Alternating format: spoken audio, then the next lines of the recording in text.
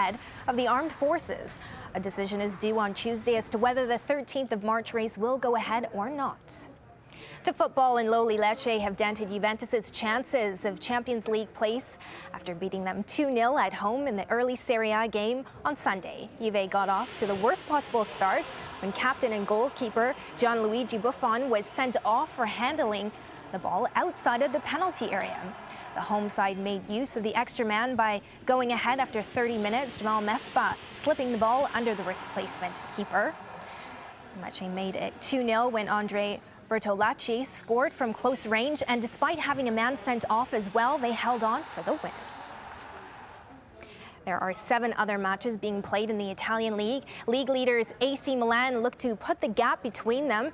In second place, city rivals Inter to 5 points when they take on Chievo away. Lazio take on Bari, knowing a win will keep them in the hunt for an automatic Champions League spot. The late game sees third place Napoli at home to Catania. A win for Napoli will put them back into second. Inter Milan are now just 2 points behind Serie A leaders and city rivals AC Milan after they beat Cagliari 1-0.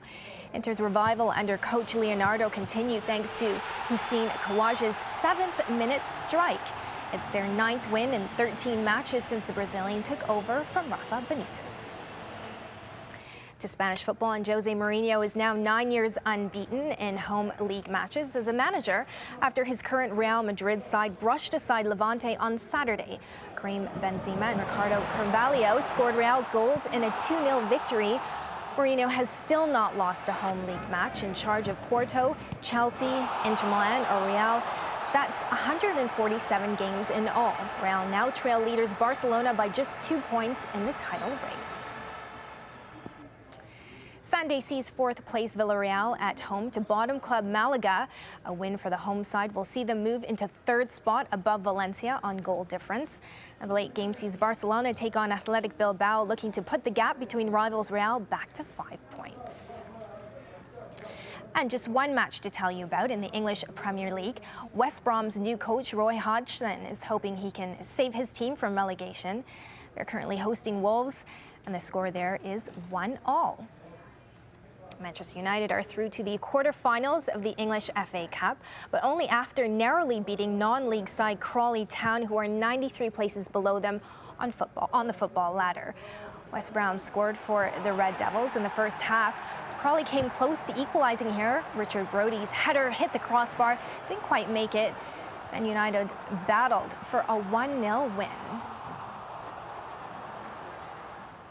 There are 2 fifth-round matches on a Sunday. Fulham take on Bolton and Arsenal visit Leyton Orient.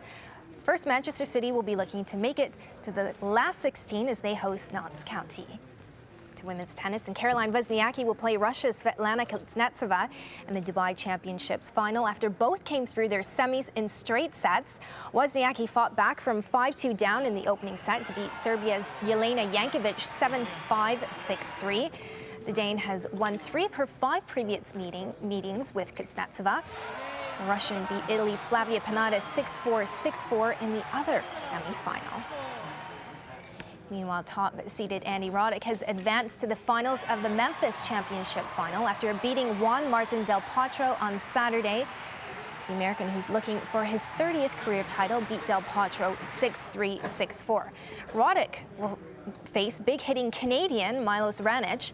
The 20-year-old fired 23 aces in his semi-final against Marty Fish. Raonic sealed a 6-4, 4-6, 6-3 win to book his place in the final.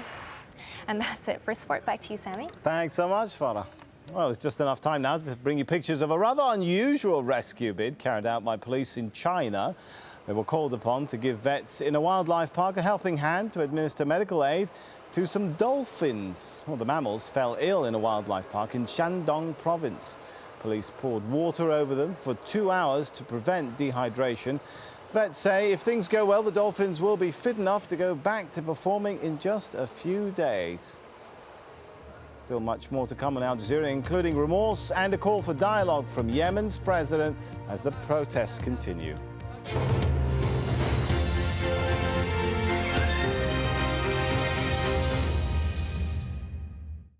The Pyongyang Film Academy hosts some of North Korea's brightest young stars. What does it take to serve a national propaganda machine? 101 East examines the privileged lives of the country's elite. 101 East at this time on Al Jazeera. As geeks take on dictators, bloggers turn dissidents, and social networks root for social justice, governments are going cyber, spying on their citizens, erecting firewalls like iron curtains, and closing down websites. We ask, is cyber-generated change virtual or real? Empire at this time on Al Jazeera.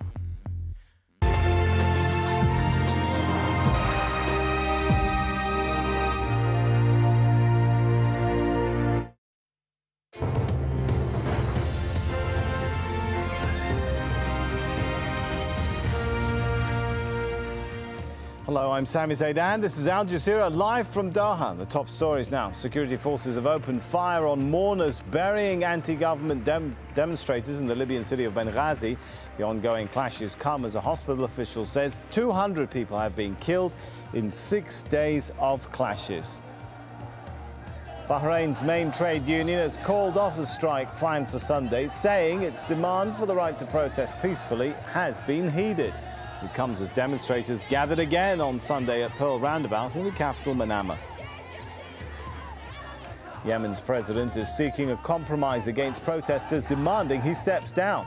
It comes as pro-government supporters clashed with rival demonstrators outside Sana'a University. President Ali Abdullah Saleh is offering to oversee a dialogue between his ruling party and the opposition.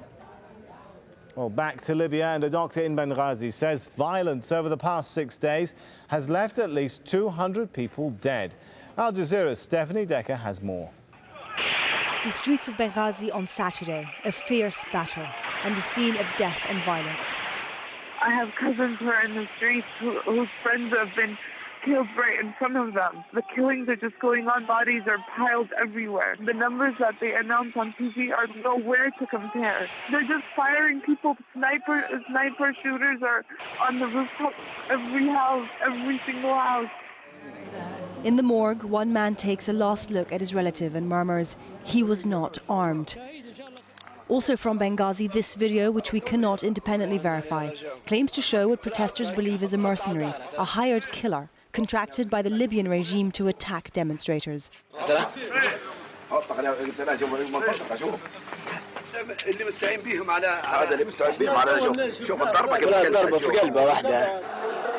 the unrest is spreading across the country. Here in Al-Baidiyah, thousands gather near the main mosque, another city rocked by days of protests against the country's leadership. Chanting "There's no God but Allah," mourners carry the body of one of those killed. And there's more chaos. Anti-Gaddafi graffiti sprayed on walls, and a voice through a loudspeaker saying, "There's no state here." Reports of casualties are running high and constantly rising. The city's hospital overwhelmed. The morgue is filled with bodies, and more are still coming. On Libyan state television, the first signs that the country is in difficulty. Images